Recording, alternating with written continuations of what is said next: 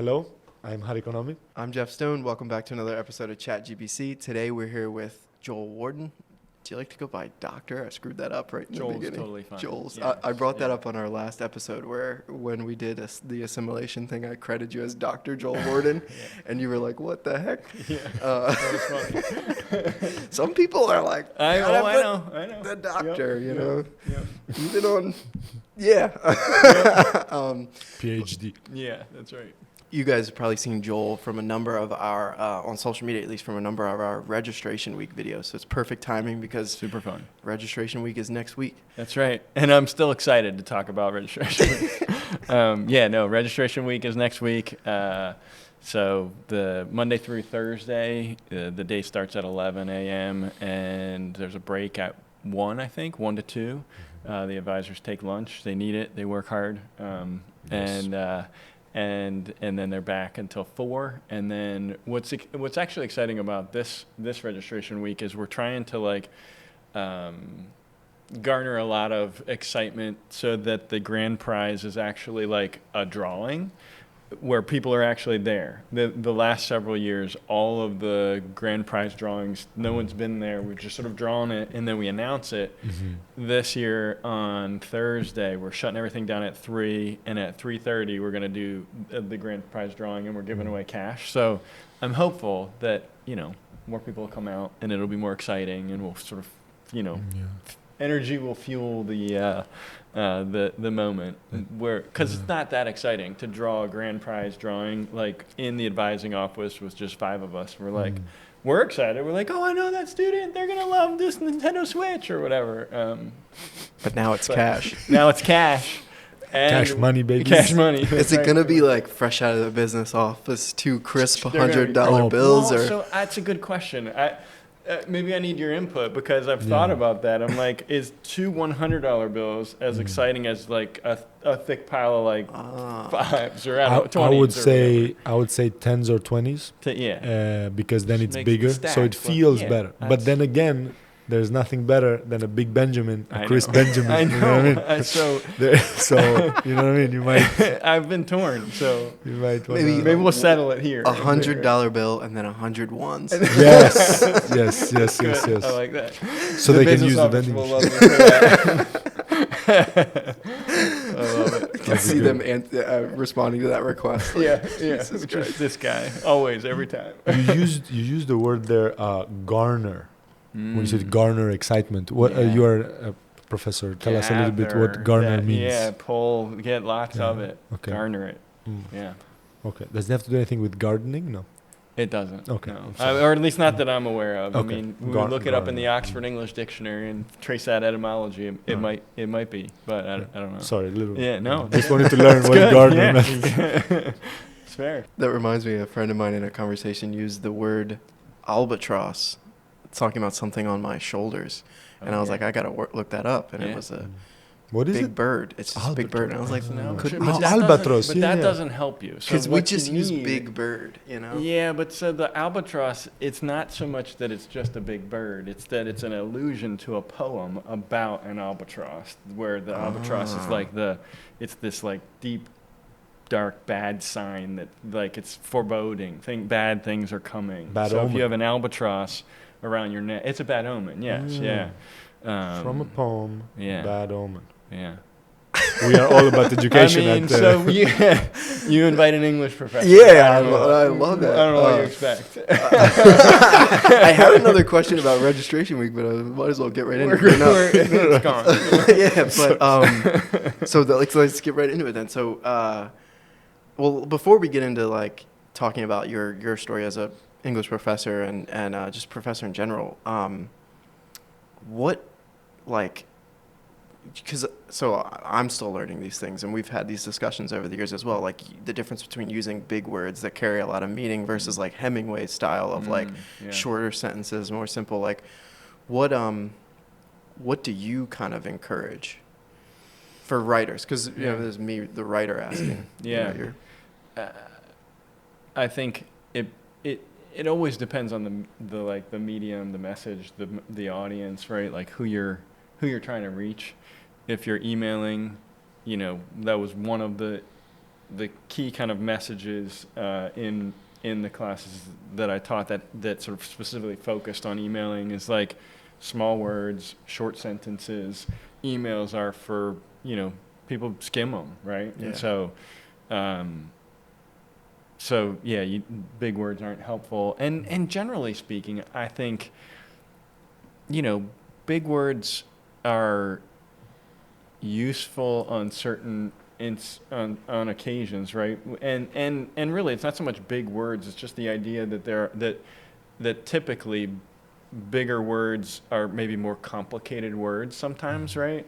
And so sometimes it's useful to have that big word that sort of like represents a complex, kind of concept, and use one word. And if people know the word, it imports that meaning right away, as opposed to having to explain the whole big concept. But a lot of times it just creates a barrier because people don't know all that's behind that big word. And so it's usually, if we're just talking about communication and sort of functionality, using smaller words is more effective. And I think, it's funny. I think oftentimes, like in writing, especially like first year writing students, they're like, well, I'm at college. I gotta like use the biggest words I can find, and I gotta bust out the thesaurus and like replace common words with like important ones, and it really just starts to clog up the language, and so yeah.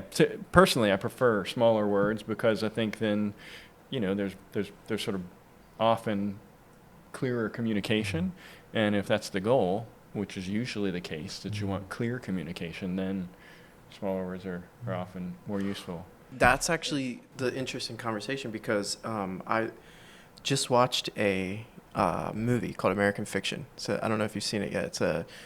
Came out in 2023. It's nominated for Best Picture, and no, I haven't the seen actor it. is nominated for Best Actor, Jeffrey Wright, and so I'm about to do another one of those video essays about the idea of it. So I'm not giving anything away we're spoiling it. I might in the video essay, but not here. But it is a kind of follow-up to this point, which is basically the character in the film is torn between, his work. He's a writer, and his work is like, I guess, or highbrow. I don't know how to put it. Like he's kind of like gets like he cares more about the writing. He cares more about the work itself, putting a lot of effort into something, a lot of time, research, and it just kind of flops. And then he gets jealous because he sees another writer have success with something that he compares to be kind of like just on the surface trash that's like popular at the moment because of the culture and things like that. And so my takeaway, the movie kind of answers it in its own way, which I won't give away, but I wanted to talk about how that has brought up, because one of the things is like, we spent a lot of time putting work into films. Like I've spent hours and hours, weeks, months on a film that gets like 200 views on YouTube. And then once I recorded a vlog of me being sad about the Patriots losing in the Super Bowl to the Eagles, and it like 6,000 people watched it. That's funny. And then then I think, and then analyzing sometimes other people's YouTube channels, some people who do really great work but have trouble connecting to the audience. I guess like what is your have you seen any trends in that way? Like has that always been a conversation? In art, like the difference between the stuff that connects might be even more simpler or may not be as good as some of the deeper things. Like no, I think you're right on, like that it gets back to like who's consuming this art or this video or whatever, right? Who the audience is, because you think of the contrast of the two things that you mentioned, the sort of labor of love that you created versus this like just kind of pop culture in the moment kind of thing. And oftentimes that's, if you're looking at trying to collect a lot of views, I think sometimes that's what it is. That's what hits, right? Is the simpler, kind of flash in the pan, here for the moment kind of thing. But if you're really trying to put time and effort and symbolism and, if you're trying to make it really, really complex, then necessarily you're going to be limited to folks who are interested in that, right? To people who are like, I'm not satisfied with just sort of watching something that's pretty plain, that's real straightforward or simple. I want something that's going to have like a lot of texture, a lot of complexity. And I think there's less people who want that, right? Yeah. There's less people who want to really sit down and think, and more people who, generally just sort of want to be entertained. Yeah. And so I think, yeah. But I think that's the beauty of it, right? Is like if your dream is to make something complex and nuanced and insightful, you just got to be satisfied with the fact that like the people for whom you're making it, they might be really satisfied by it, but it's just going to be less people probably, Yeah, and it's you just kind of because when I look at social media specifically, like there's a lot of TikToks and Reels that really do well at kind of connecting, but when I really think about it, a day goes by and I forget it. Yeah. Whereas like a film, like there's scenes and stories from a movie that stick with me. I'll never forget them. It'll always come back up. But so it's, I guess they have different value, but it's an interesting conversation. Yeah.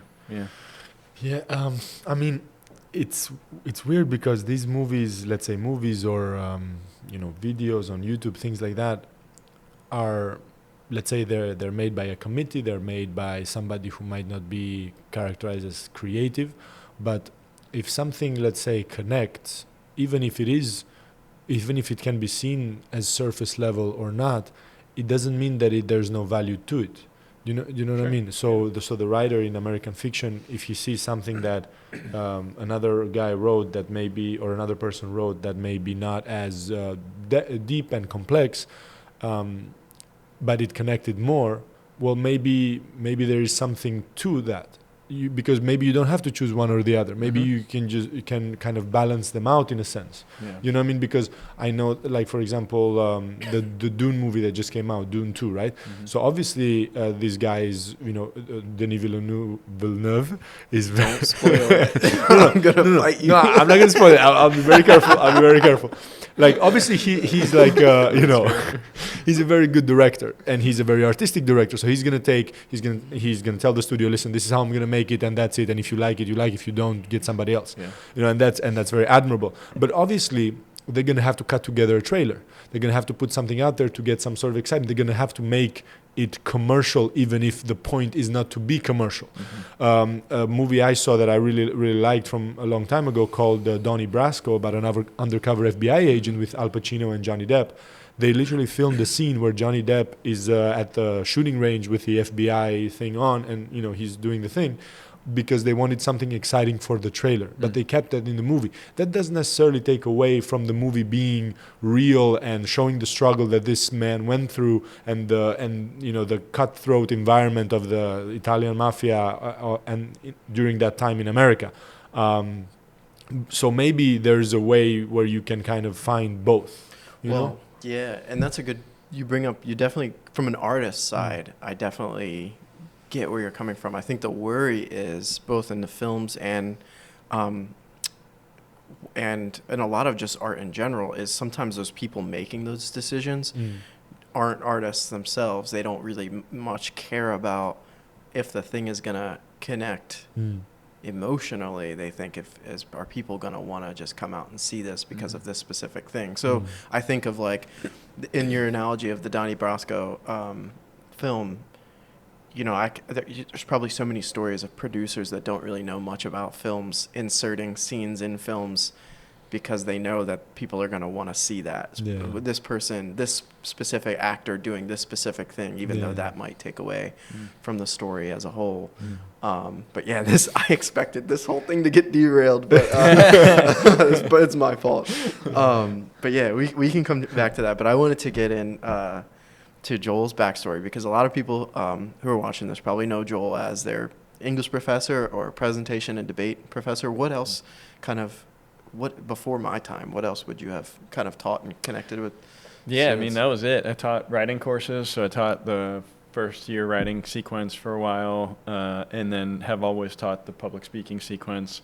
And then when we added an English degree, then I taught a number of the literature courses. So, yeah, so the writing, literature, public speaking, those were the ones that I taught. Yeah.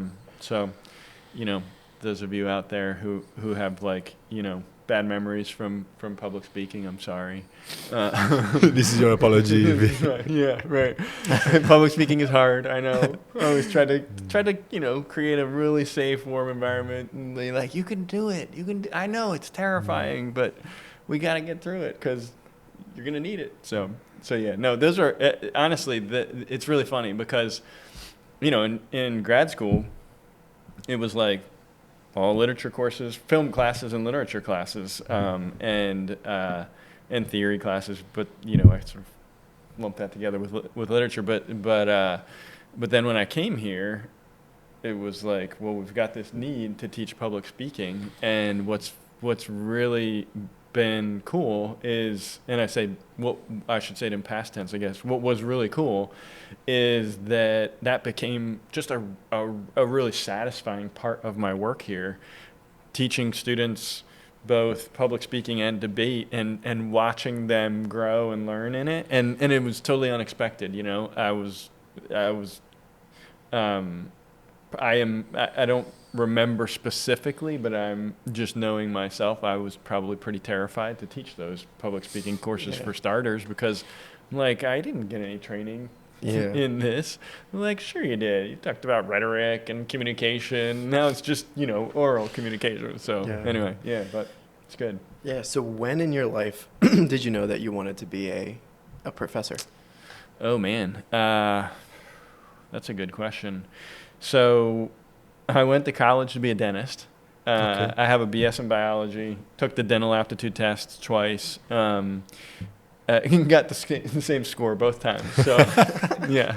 And so it was like a mediocre score. It was fine. I could have gotten into some dental schools, but I just remember it was the professor's fault, honestly. I took an 18th century and romantics class, and so it was William Wordsworth, William Blake, Coleridge, William Blake. And so all this poetry, and I was like, this is fantastic. I really love this. And the professor was took me aside after class and was like, you're a really good writer. I was like, okay, thanks. Never had anyone said anything like that to me. I don't know if that was sophomore year or junior year. But then I went on and took more literature courses, wound up with a literature minor. And my senior year just felt like, oh my gosh, I'm at a crossroads. My parents have, encouraged me and cheered me on and been like, yeah, being a dentist is a good idea. You're going to make good money and be, and have, our dentist growing up, he worked 4 days a week, and they're like, that's a good lifestyle. And so it was tough. It was dawning on me, I don't know if I can go to 4 more years of school and be in the sciences, and then however many more years after that for your specialty. And so I remember sheepishly broaching the topic with my parents and being like, I think I want to go to grad school for English. And they were good about it, thankfully. It's such a blessing, right, to have parents who aren't, they don't impose no, I need you to be whatever. But I think they saw that I was they probably saw that I was good at it, and I didn't realize it at the time. And I think too, they were probably like, well, an English professor's not a bad second choice, right? Like, I'll take a professor or a dentist, whichever, you know. So maybe, you know, I didn't disappoint too badly, but yeah. And I remember I've told this story a couple of times now. Tracy Curry is one of our public speaking professors. She's great. She brings in folks to actually physically speak to her classes, which I think is awesome, because it gives students like that real life, okay, I'm watching someone do what we're trying to do. So I've gone to her class twice and told the story about just how nervous I used to be with public speaking. And so, yeah, I think it didn't, when I went, you know, went to grad school for English, I don't know that I really put together what it was going to be like to have to be an English professor, because I was terrified of going into the English classroom. And that's the story that I tell told Tracy's classes. It's like that first morning, Erin and I, my wife is named Erin, and so we drove up, and she was driving. She was dropping me off outside the building of Memorial Hall. I got my Ph.D. at University of Delaware. So Memorial Hall is kind of like the English department's like hub. So I was going to be teaching in there, and we drove up, and I looked at her, and I was like, I would do anything right now to run. Like, just leave this behind. I'll be a whatever. I'll figure it out, but I don't want to do this. And you know, what can she say at that point other than like, you're going to be great. I mean, like, they're going to love you or whatever. I don't even remember what she said, but like, it was the actual teaching part was pretty terrifying. I was 22 and students were 18. It was. Wow. So did she maybe lean back and say, that's interesting? But why were you afraid? Like, was it because of your inexperience, or? I think it was a mix of feeling, inexperienced and underprepared, right? Knowing that these students are depending on me to teach them something that's going to be really critical for the rest of their college career. Like, it was English 110, you know, so it's the foundational writing class that's supposed to help students write into the, you know, throughout their college career. So there's that piece for sure. But then I think probably just those natural feelings of like self-doubt and like, you know, I can't be an authority, or I'm not in this position of like, you know, superior knowledge or whatever. And that's, at least from my experience in college, was like, professors know everything, right? Like, you know, and they're just authorities on everything. And that's not to say that, you know, we didn't take our shots at our professors, you know, but there was just that sense of like, they're so knowledgeable about their field, and I felt like that's not me, and yet here I am, and so yeah, I think that was those two things were big part of it. That sense of responsibility, and then inadequacy, and I think, you know, we talked about it in graduate school a decent amount, and then even on campus, I've talked about it with fellow professors in the past, like that sense of imposter syndrome, you know, that like, I don't know, I'm not somebody super special, right? I'm just a person just like you know? So, yeah. Interesting. Yeah. And so from that point, how long were you a professor at UD before you found Goldey? And then how did you find Goldey, and how did that come to be? Yeah, so I was a professor I was never a full-time professor at the University of Delaware. I was a graduate student there, and so one of the things that UD does, or at least at the time did really well, was they got us into the classroom, and so, you know, by us I mean English graduate students, and so I had the opportunity to teach a number of courses, which then they do that intentionally so that we're set up well when we go, you know, on the job market, which is every grad student's, you know, sort of nightmare or, you know, anxiety producing thing, right? Like, okay, I invested all this time in my education. Now am I actually going to be able to do this thing that I love, as an occupation? Am I going to get a job? So I finished I actually interviewed here before I I had completed my dissertation. So I went on the job market in the kind of in the late fall, early spring is typically when universities are hiring, and so I put a bunch of applications out, even though I hadn't completed yet, but knew that I was trying to defend in the summer, and so I got an interview here. I got an interview at a couple of different places, and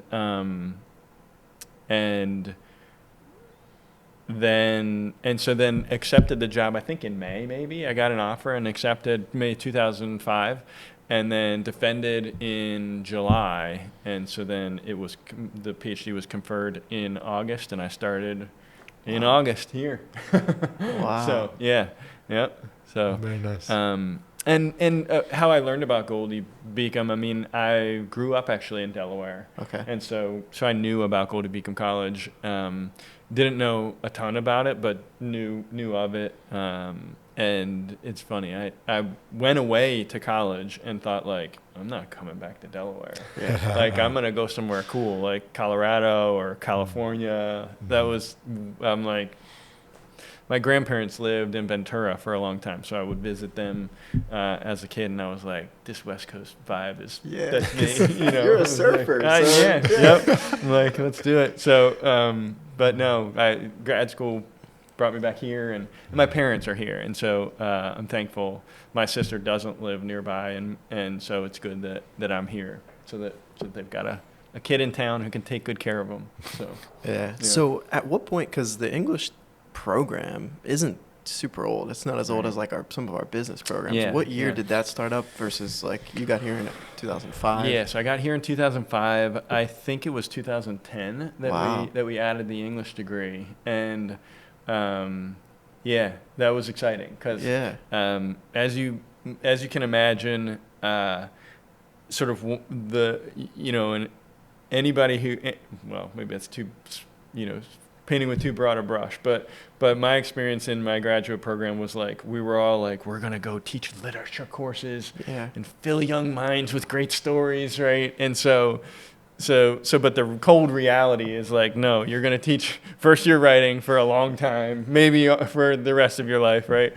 And so the idea was like, well, I got here, I'm teaching writing classes, teaching public speaking classes, and like, how can I weave literature in and inject it in sneaky places? And so I remember proposing Humanities 222, which is totally a literature-based humanities class, and so I was like, I'm doing it, I'm teaching literature classes, but then we added English as a degree program, and so Dr. Hunt and Dr. Wheeling and Dr. Rivers and we all kind of like, got together and talked about, all right, what should an English major experience at the college? What courses do they need? And so sounds like that was it.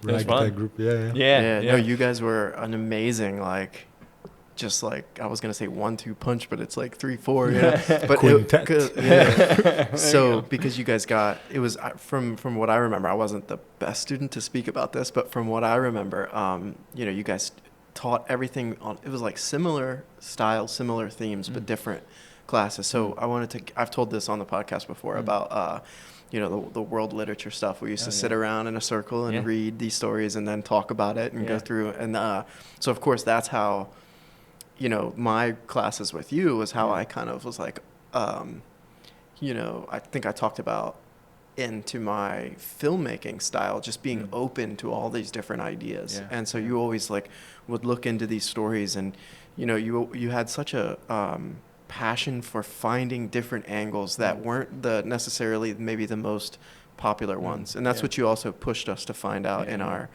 and especially the senior thesis and things. But so like where did that come from with you? And like, what are some of your, maybe this is like a 2-part question, but what are some of your favorite moments in the classroom at GBC kind of doing some of that stuff? Yeah. So, I mean, I think that that push to find, to sort of read against the grain and read from different perspectives is just part of an English professor's training, and so you probably remember the phrase close reading, right? Yeah. Like that's it. And it's and different theoretical models really kind of depend on reading closely, but with a particular lens on, and recognizing what you can gain from putting those different lenses on, and paying attention to, instead of who's in the story, who's not in the story, or what isn't being said. Yeah, what isn't being said, right? And so I think that's where it comes from. Is just that's the my graduate training. And that's, I think, it's such a valuable tool for any student, for any person, right? The ability to, what we're talking about is like seeing things from different perspectives, right? Like, how much do we need that right now? Let's look at that from a different perspective. Let's consider someone else's point of view, right? That's it, and it's really satisfying, I think, to sort of tie then into your next question. Like, it's really satisfying to watch students develop those skills of being able to pay close attention to language and meaning, and then not just be able to like sort of see it, but then to talk about what they're seeing in the text, and to have discoveries. And I would try to come into my classes with a level of both preparation as well as like a willingness to be surprised. I wanted students to be able to feel like they discovered something that I could legitimately say, like, I didn't think of that. Yeah. That's great, because then we're really learning together, and we're really developing skills that feel affirmed and valuable by the students. I don't know if there's a particular kind of moment that I can remember that was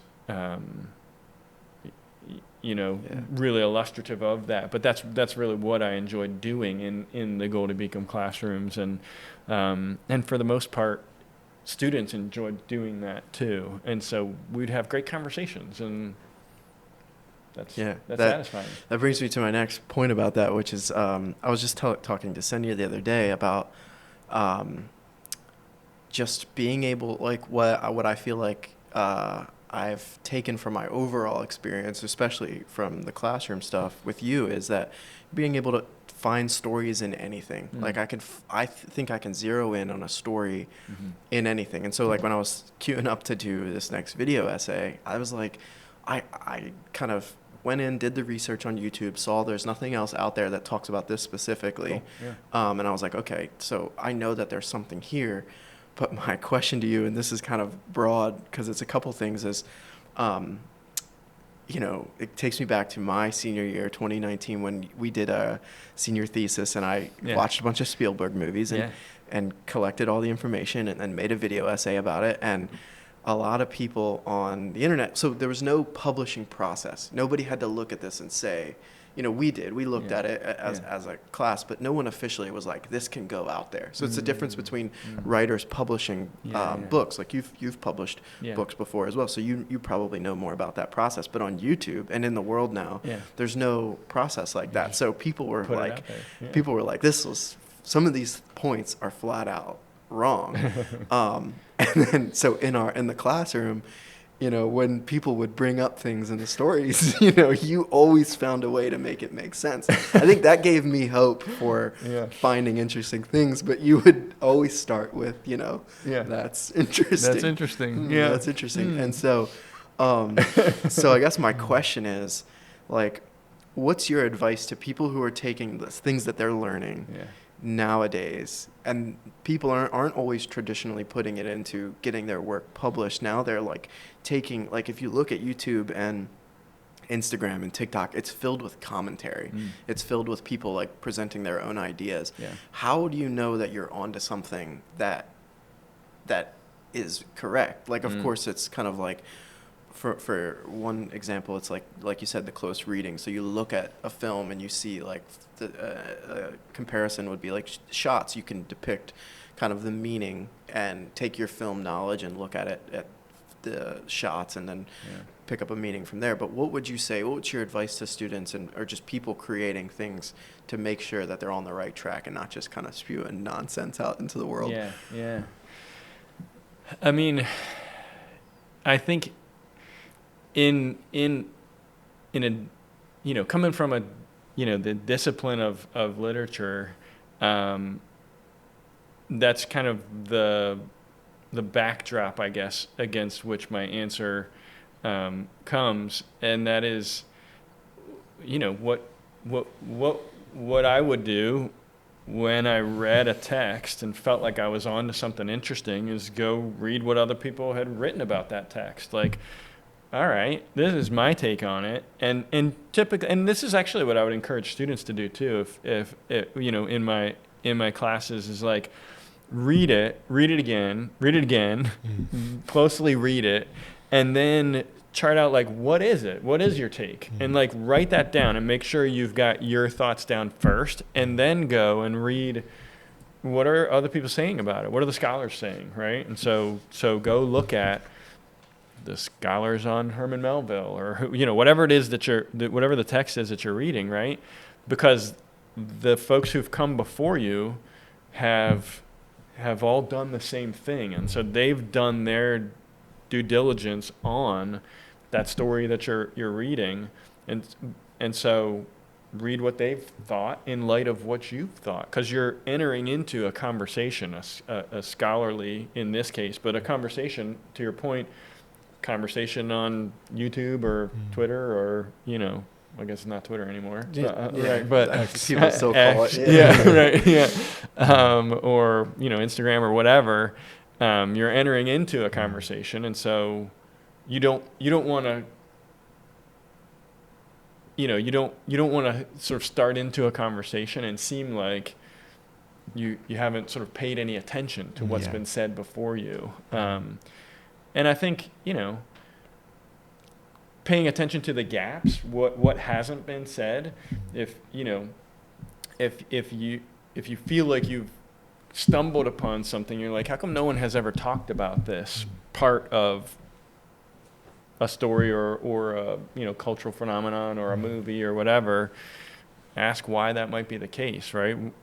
Is there something is there some reason why suddenly you're picking up on something that no one else really has? Most of the time, in my own work, I never really found that I've come up with something mind-bogglingly new. It's just maybe a combination of things that maybe haven't been combined before, or haven't been combined in quite that way. Because, it's hard to come up with something that's totally new. We're always sort of building, right, on the shoulders of folks who've gone before us. And that's when you see like things that kind of feel new in art, not even in just commentary, but like Knives Out was a movie that kind of almost felt new, but it was the combination of two genres. So you can almost like using different tools to view something and having those combined to kind of create something else. I guess that's the only way. Because people always say like all the stories have been told. It's just the way it's told or who tells it and what they bring to it.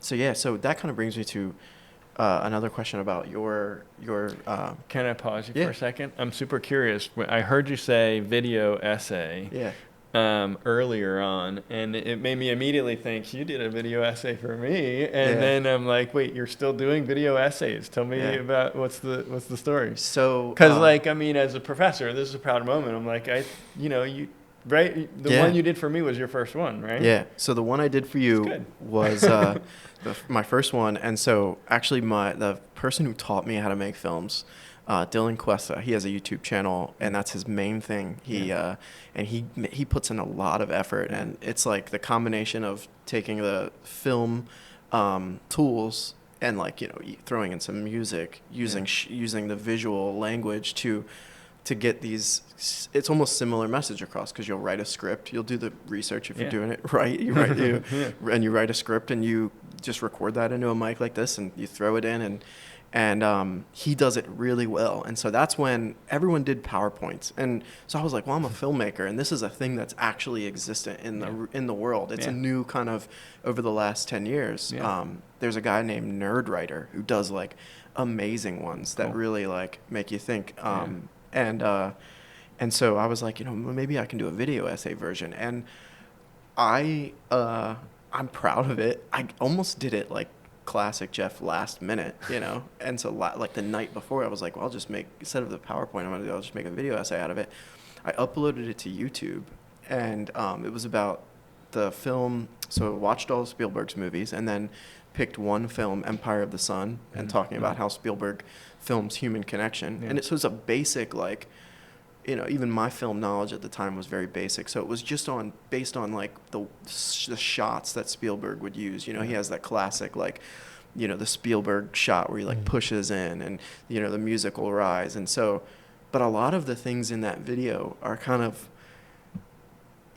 wrong, like things that, like if I was to do it again, which now coming back to it with a little bit more maturity and like a little bit more knowledge about some of these things, and watching the movie, if I'm going to do one more than once, and then as well when I write my script, double checking things, because I mentioned that one of the characters was a spy. People are commenting like he's not, but basically what happened was it got 480,000 views on YouTube.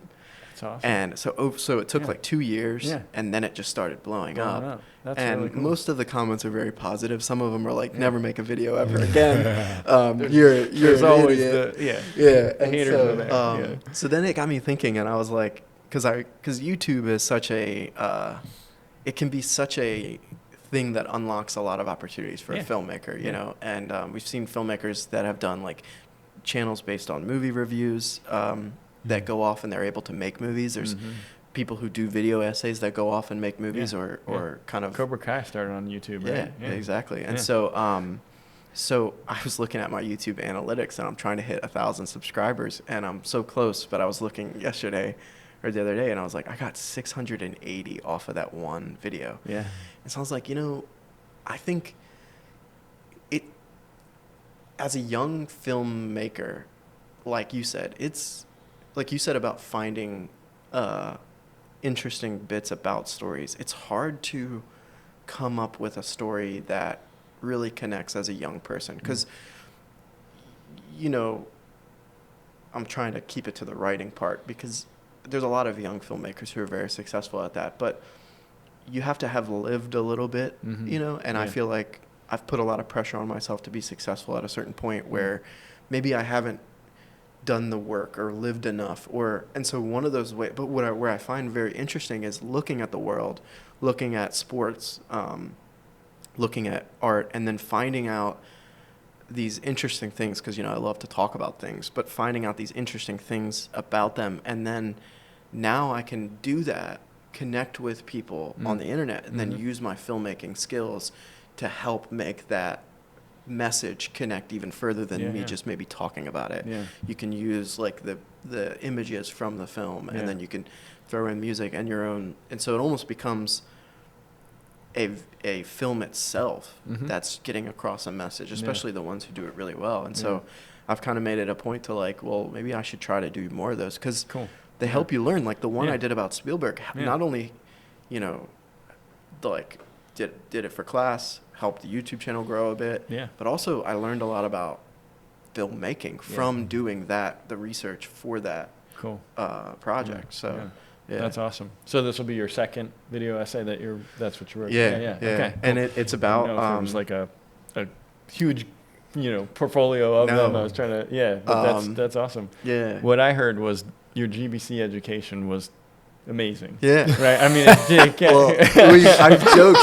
I've joked multiple times about it, and like professors who ever see this, they'll know the struggle. That's great. But you guys, but specifically, it was the English classes. I brought it up. I always say, like, even when I'm doing my job negotiations, like I look at the stuff that comes in, and I look at I'm not very good at winning, because no one can ever really win, but I look at the wording itself and say, like, try to depict like, what does this mean, you know, and and then just everything, just like that's the close reading assignment of like, you guys just beat that down of like, you know, when you're going to try to analyze something, you literally, everything you need is right in front of you, you know, if you pay attention to like those things. And so the video essay I'm working on now is about that movie, American Fiction. And it's about the idea of what, you know, it's a touch on what the filmmaker is trying to say about, you know, do you create like, what should be the aim of an artist? Because I feel like, you know, that movie does such a good job of raising the conversation, and maybe doesn't necessarily answer. And I think that that's like a good piece of work that might like, you know, brings up this conversation. But I love it when filmmakers don't necessarily say like what is the right answer. You know, like for example, Whiplash is such a good example. I don't know if you guys have seen Whiplash. But I don't think I've seen it. Oh, yeah, so good. You should check that out. That's a good one. Well. But yeah, so we'll see if this one, because like sometimes I think maybe the first one got so much traction because people were like, this guy's an idiot, you know. But so a lot of them are good, and a lot of them, there's a lot of Japanese audience because Empire of the Sun was like, I believe when takes place in China, but it was like when the Japanese invaded, I think, or something like that. So there you go. That's my knowledge on Empire of the Sun. That's why people are like, this dude needs to do some research. I've recently gone back and responded. And it's like 6 years later or whatever, and I'm like, yeah, I do need to do better research. Did the other guy comment as well? One guy was like, that was on the Eagles one. One guy was like, look at this guy. I was like, oh, bro responds 6 years later. And I'm like, yeah, look at us reuniting after 6 years. You know, but it's cool because on YouTube, you can talk about these things, and then the conversation starts in the comments. So like there's a lot of people that like bring in their point of view, you know, and I've realized like when you read that, you see like, wow, these people are finding things about the film that aren't out there or weren't in the research that I did or aren't in the films themselves, but it's their version. And I'm like, that's a really good point on, you know, this specific scene or something. Yeah. Cool. Do you feel that there is like some sort of, when you put something out there, whether it's a short film or a documentary or an essay or a book, whatever it may be, that if it doesn't get the traction you believe it deserves because of how much you worked on it or how much you like it, that means that, well, maybe not so valuable? Because I think it's the opposite. Like, for example, when I do drawings, or when I used to do them, like essentially for my father, I would do them and I'd be so happy. But I would go to my dad and he would give me the yes, or well, you gotta do the shading here, or whatever it may be. So I attach the value of it, or the level of like, okay, this is a good thing, to what he would say. Now, I think that there is something to that, because he would tell me, okay, this shading does not look like it's darker here and lighter there. So there's the technical aspect, or the doing the research aspect to, you know, if somebody can point something out. But it's very complex in terms of when you put something out that's from a technical standpoint, great. And in like that stuff, nobody can, let's say, poke at something there. But it doesn't connect on YouTube. Like Mr. Beast, who is a huge YouTube creator, he says, like, I know how to get views. But then does the focus then shift from making something because you want to say something, because you have something to say, like finding the perspective of, okay, this is what I think about this, to put it out there, rather than, okay, this is how to get views, instead of marrying those together, of being like, this is what I want to say and I know how to get views, so that's how I'm going to put it out there, which I think takes a long time to really understand both sides to then be able to do it. Like for me, it's super difficult to make a little drawing. I will show it to like my girlfriend or a friend or something, and they'll be like, okay, you know, because it doesn't connect for them for whatever reason. Maybe it just connects for me. But then do you stop doing that just because it doesn't connect with other people? And then how far do you go away from what connects for you just to connect with others? You know? Yeah. It's difficult. Yeah, it's a tough question, right? Because are you creating for others, or are you trying to express something in your, you know, that you've got inside of yourself that you just want to express it? It gives you satisfaction. It's relaxing, or it's fulfilling, or it's, you know. meaningful to you. Yeah, that's the age-old question, right? Of like art and production, and is like, are you doing it for the masses or doing it for yourself? And is one better than the other? I don't think that's a question that's settleable, you know, but just because what you said earlier, really, like that there's value in both, right? There's value in the like stupid cat video that like makes families sit on a couch and like giggle together, and value in those really complex, deep, meaty movies, right? This is the point of my video essay, is because like your original question you brought up, like if you don't, is the work still meaningful if it doesn't connect, like get the views or the likes? And I think I'm both, guess like cursed, but also I would say more so lucky that nothing I've made has found that success, and it's trained me to think that even when it happens, there's so much variables at play, luck, you know, algorithm, platform, you know, like films, production companies and producers spend as much money marketing a film that they do, and then so like what you said, they'll put in different things to help it connect, and so, but I think at the core, what I believe when it comes to this is like, I think that an artist will never be happy about it connecting. Like they could write something beautiful, and they could know that people are reading it and feeling it's beautiful and changing their life. But even then, I think a writer is still kind of unfulfilled unless they're having that same type of personal connection in their real life with real people. And so I think that's kind of like, because a lot of artists sacrifice their real life connections for the art connection. And they might make beautiful things from the tormented artist can make beautiful things. And then that's worth it to them, maybe because the art has connected, but you know, at the end of the day, like all that stuff, you're not living your life every day with the work you've made impacting somebody else. You could feel good about that, but you're living every day with whether or not you're connecting with other people. Yeah, it's a good point. Yeah, that it's like what is really success, you know, and what's actually meaningful to people, right? And there's a measure of satisfaction that you get from a job well done, right? But and from people recognizing that you did a good job, but ultimately, we've got the people around us, and if those relationships are sour, it's awful hard to be super jazzed up about, you know, success in whatever field you're in or industry you're in. Yeah, there's another movie that's out now called One Love, the Bob Marley movie. And I don't know too much about Bob Marley, obviously his music, but I don't know too much about the man himself, and I still haven't seen that movie, but I would like to go watch it. But one thing that I did see from him was an interview from a long time ago. And I think a British reporter asked him, "Are you a rich man? Do you have a lot of possessions?"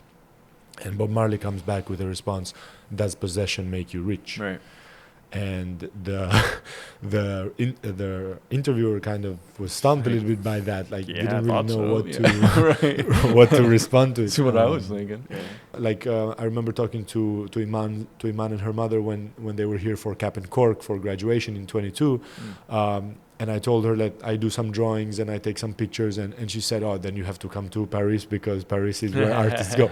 And I said, "Well," and I thought you should go to Paris. She's right? But in the moment, I thought to myself, "Well, why should I go to Paris? Like I can just be here, or I can go back home." Well, the other parts of the world have different stories, and they can show you different things, not just because of the place or of the people, but of the culture, of the history, things like that. That's one of the cool things about our college, honestly. You know, like you think of we're a small college in Pike Creek, Delaware, and yet the collection of perspectives that we have here, it's incredible, right? Like international students, local students, folks from all over the place, and I think it really made our conversations about world lit, American lit, Brit lit, like it made those conversations so rich because you've got folks reading it who are coming from different cultural backgrounds and adding to like, well, this is sort of how I take that. This is how I understand that, and it's pretty phenomenal. Yeah. Yeah. So before you go, I wanted to just kind of touch on a few more things about your. Sorry, yeah, I stopped you mid-question a long time ago. Okay, it's okay. That one, my question wasn't that good anyways. No, I always like talking about myself and my stuff anyway, so any opportunity I get. But so I remember listening to a couple of the students, Amir Bangura, who went on and now he's teaching, and he referenced you as like an inspiration, you and Mary Wheeling as like he said the example of greatness in the classroom. So coming from you, I wanted to see like for students who might want to be professors, because like there's one Micah who was on the podcast. He said aspiring English professor. Yep. What's your advice to those students who are kind of like, who knows what they're going through, about what they're thinking about, what their roadblocks are, but what would be your advice to them? Yeah, that's interesting. Yeah, you mentioned two, just really great students, Amir and Micah. I've had the pleasure of teaching both of them. Micah not as much because I transitioned into my new role, but yeah, definitely enjoyed Micah in the classroom too. And I think what characterizes students who I think would make good professors or good teachers, whichever level they're at, is that sense of curiosity and really enjoying the learning process, right? Because that's really what it takes to be a good teacher is to enjoy the learning process and to be able to sort of like take that apart a little bit and think about like how you can help other people enjoy the learning process. Like it might not surprise you, but it might. But I was like a pretty crappy high schooler, and like I was fine, but like I was kind of in the classroom. I wasn't a great student because I was always acting up and like saying stupid things, doing stupid things. Yeah.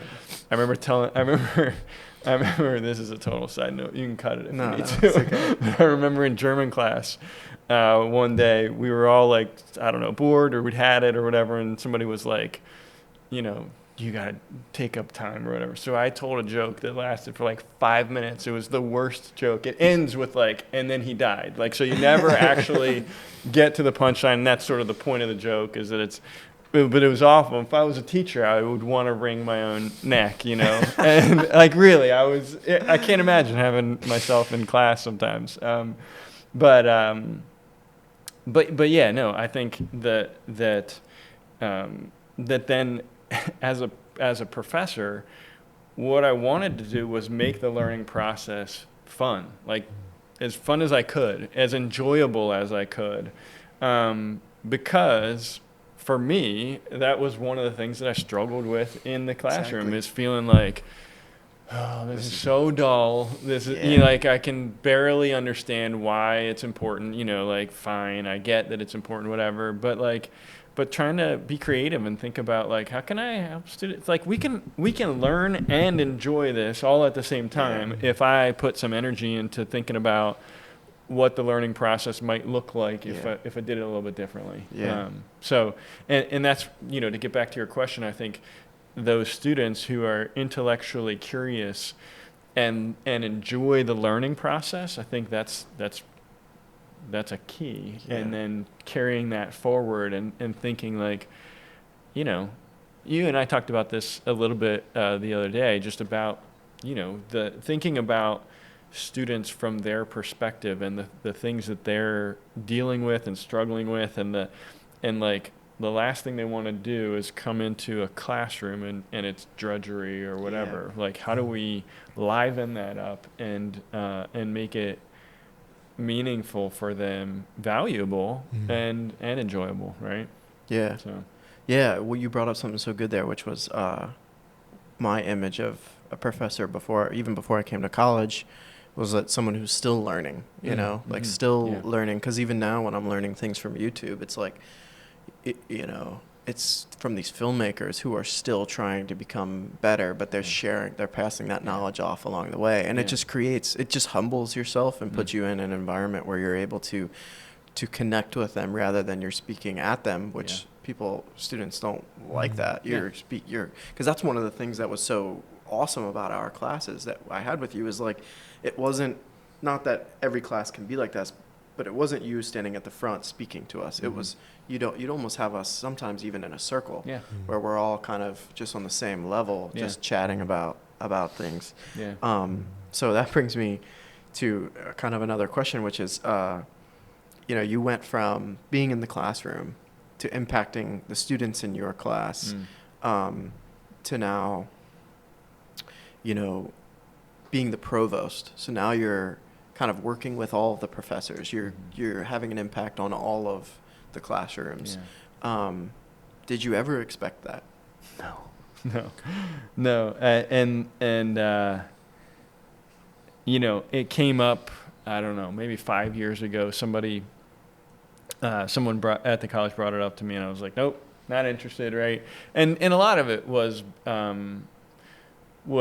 because I love being in the classroom. I love working with students, and I get a lot of satisfaction out of that. And then coupled with the fact that, like, I have a wife, I have 4 kids, and to your point earlier, what's it going to matter if I'm successful, if I become blah, blah, blah, if my personal relationships are breaking down and there's strain at home and my kids aren't getting the attention and the time and the care and love that they need, right?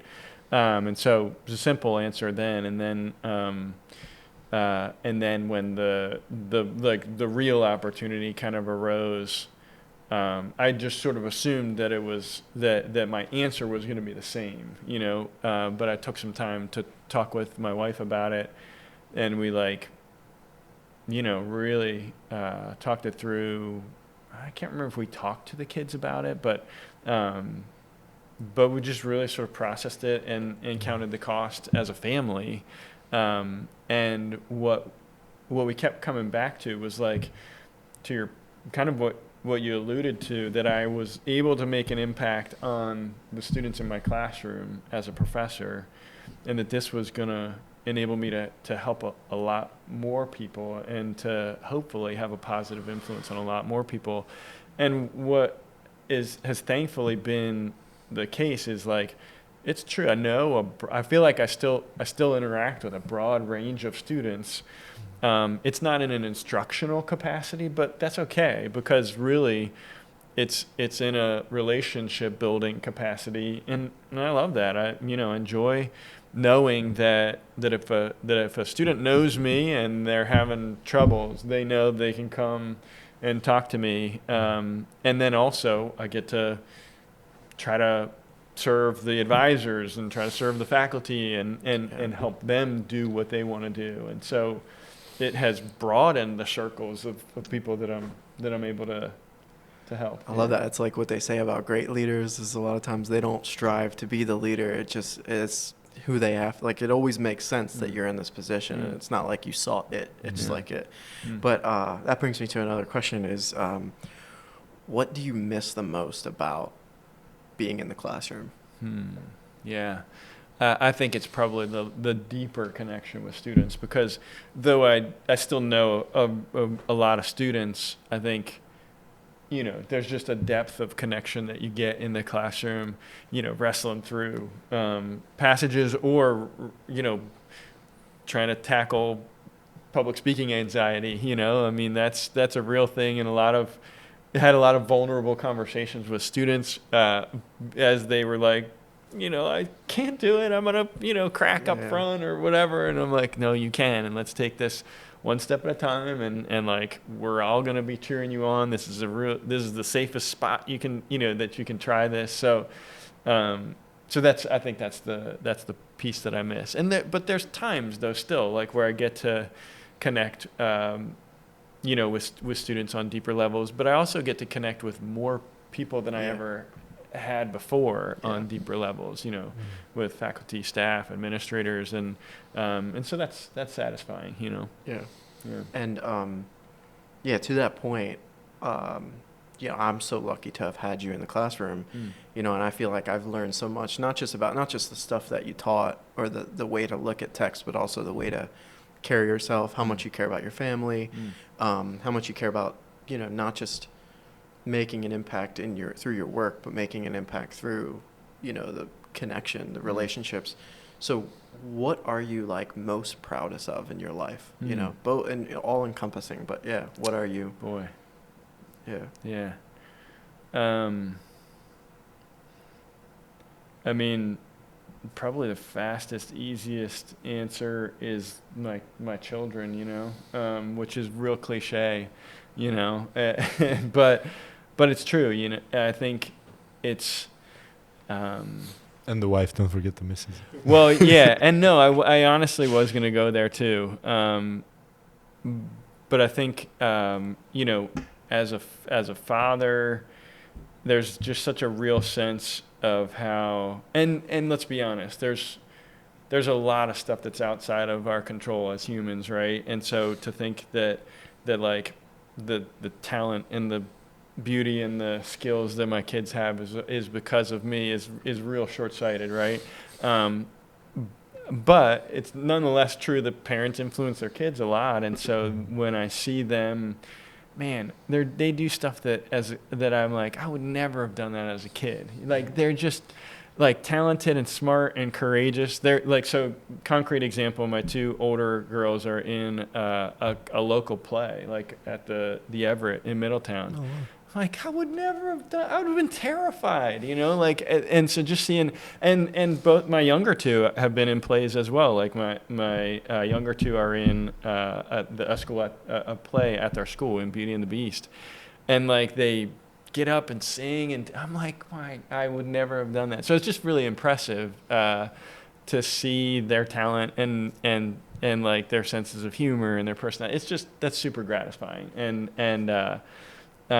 maybe in that sense, pride isn't quite the right word, even, because pride suggests that maybe like, joy, right? That like I sort of did that or whatever. Whereas joy is like, it's just incredible to watch them. And then I think my wife has played such an integral role, as we're a team, right? In participating in their upbringing, and so. Yeah, it's. I think those are kind of my two proudest.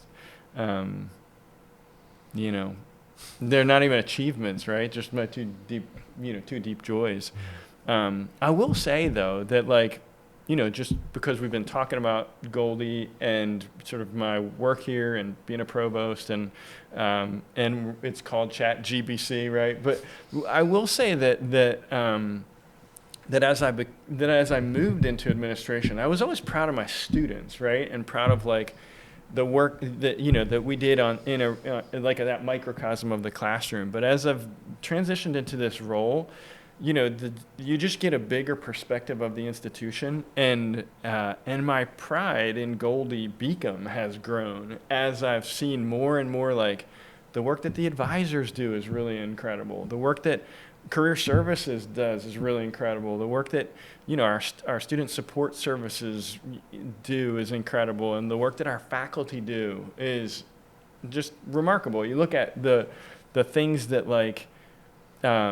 that we get recognized for, like economic mobility, and how our students graduate with a greater degree of economic mobility comparably than a lot of their peers. And I think, like, I never knew that as a faculty member, and so it's been eye-opening, and it's inspired me with, like, we do really good things for students here. And so it's a different, it's like life pride versus like occupational pride. And so I think I'd be remiss if I didn't sort of mention that too, because that's been something that has been really, really gratifying about moving into this role and seeing those things, So, And then final question, basically, which is that, like, it seems like well, in my mind, you've had such a successful journey through everything. And I remember just listening in your classes when you used to talk about some of your hobbies and the things you've done, the surfing and things like that. But I guess I want to know from a different perspective. It could be anything really, but what do you still want to do? Like, is there anything out there that's still like, because some of the time on people on the podcast, mainly it's been students so far, and we ask them like, where do they want to be? What's their dream?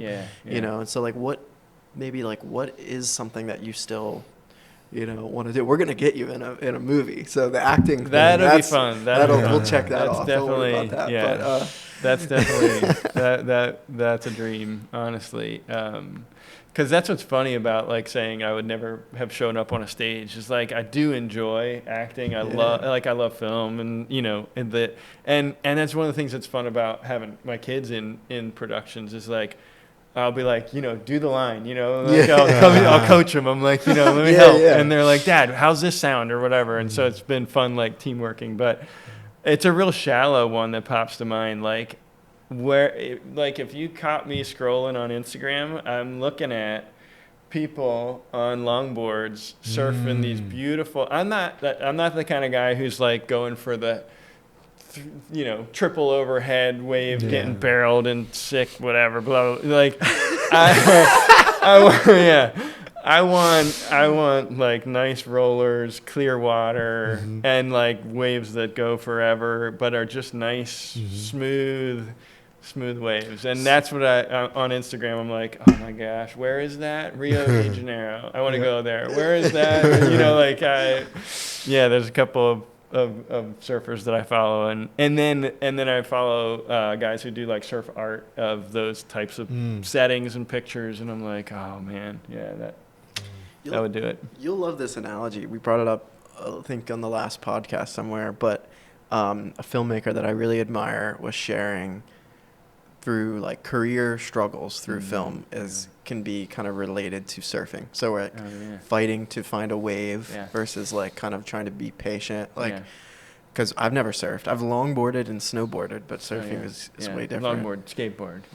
Not got in the water. But I have a longboard skateboard. It's not as satisfying as longboarding on the ocean. Until you get one. Well, I guess even with the ocean. Oh, like but the electric. I have the electric one, and I just roll through That'd be fun. Wilmington. It's like up and down the hills. No worry about stopping or braking. Yeah. But I always love that. Like, because you can imagine like fighting with the water is something you can't do. And same with almost like career struggles. Really, you can only focus on yourself in the moment and trying to figure out how to position yourself best for an opportunity. Yeah, that's right. And then like riding the wave. That's it. It's so satisfying. But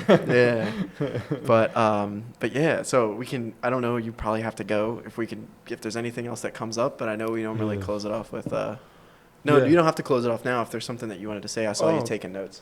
No, I wrote down the word provost. What is provost? Is it like a short for something, or it's not? No, the easiest way to describe it is vice president of academic affairs. That's the other sort of title, provost and vice president of academic affairs. So like in charge of the academic side of the house. So like we have a chief finance officer, and she's in charge of the finance side of the house. Chief information officer, he's in charge of the tech side of the house. I'm in charge of the academic side of the house. Chief academic officer is another. So Hari normally closes us off with Polaroid of the day. You filled up that space. Polaroid of the day. What do we got? I wanted to take this one, and it's gonna be a big one this time. This one. Are you in this one? I am in this one. Nice. Yes, this is a selfie. It's 3 Polaroids of the day now. Four. Oh my gosh. 4. So I see an advisor there too. Yeah. So in this one, it's Hannah and Megan, and Megan is our counselor on campus. Yeah. Now, were these taken today? No, of course not. Okay. But they were taken, I think, at some point this semester, at least this one. And this one says, "Tell me you got something good." Because we talk with friends and we have that kind of back and forth. This one is thumbs up and a huge congratulations for our women's basketball team. Yeah, that's right. CACC, they won their game against Post, huge upset. Yeah, we need to talk about what point spread we think they're going to win by. I don't know. I'm going to call they're going to win by 3 points. 3 points. It's Are we gonna be betting tight. on this? No, I know. Yeah, and we'd probably get in trouble for that. And then Well, this, any predictions? If I'm the only one who's calling. I predict we will win, and the last shot will be a 3-pointer. So we'll win by 3 points. You're just copying me. No, Win by- maybe win by it will be one. Oh, I see what you But got. the- Yeah, the sorry. point, I like that. the thing will be a Everyone who drama. watches. I don't know a this lot will- about basketball, Yeah. but that's Yeah, I know I'm not a that big if you're sports far enough person. away, Yeah. it's 3 points. It's 3 points. You got it. So we'll win by 3. That'd be amazing. That would be really Yeah. cool. What's your Yeah. prediction? What was yours again? That we'll win by 3 points. He didn't Okay. predict the one about what the actual like. Will it yeah, be what's a gonna layup, will happen? it A be- blowout. right, I right. think Beth Ann and the crew is Blowout. on a roll. Yes. 10 plus. Yes. 10 plus? That's. I like the I optimism. hope that Yeah. happens. Yeah. Very good. So the other one is we love Greece, or at least that's what it says on the thing. These two ladies, they work in the Mets, and they always take care of me and all the students. Nice. They're the best. They are Jazz great. and her mother, they're They are really great. good. And Jazz also makes like necklaces, Oh, cool. like handmade. They're amazing. Nice. And then we have Morgan, our athletic trainer, our new athletic trainer. She works with Brandon in the athletic Oh training yeah. room. Yep. And her quote is, "Do your rehab, guys, men's soccer team and every other sport. Do your rehab, and tape doesn't always fix things because we will tape ankles, The we will tape miracle of things. Athletic tape. Yeah, Yep. but yeah, so that's our Polaroids of today. Nice. Awesome. Well, thanks, Joel. Absolutely. This Thanks one for was having me. filled with Fun. a lot of stuff. I was waiting for you to say, "Well, this is interesting." No, that's what you say when it. Interesting. Because I use it on set. Yeah. They'll come with ideas, I love and I'm like, Yeah. that's interesting. That's And I've learned after like Yeah. the fourth time, I was Like, like, alright, "Okay, that fine. means Geoff doesn't like it." We normally don't use that, but I have come to try to incorporate, let people Yeah. do their take, and then Yeah. just scrap it in the end. That's right. It's in the camera doesn't mean it's in the film. Yeah. But, That's funny. But yeah, all right. Super well, fun. thank you. Yeah, thanks. Yep. Appreciate it, guys. Thank you.